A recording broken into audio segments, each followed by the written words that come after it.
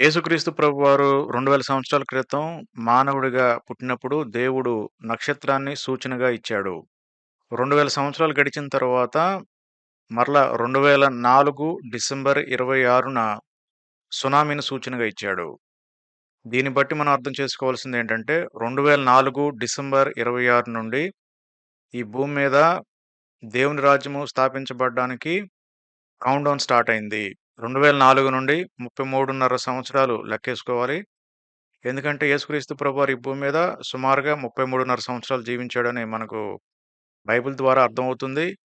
కాబట్టి యేసుక్రీస్తు ప్రభువారి రాజ్యము 2004 డిసెంబర్ 26 నుండి 33.5 సంవత్సరాల తర్వాత అంటే 2037 దాటి 2038 తర్వాత ఎప్పుడైనా దేవుడు ఈ భూమి మీద దేవుని రాజ్యాన్ని స్థాపించడానికి ఎక్కువ అవకాశాలున్నాయి. అందుకు ప్రపంచ ప్రజలందరూ సిద్ధంగా ఉండాలి.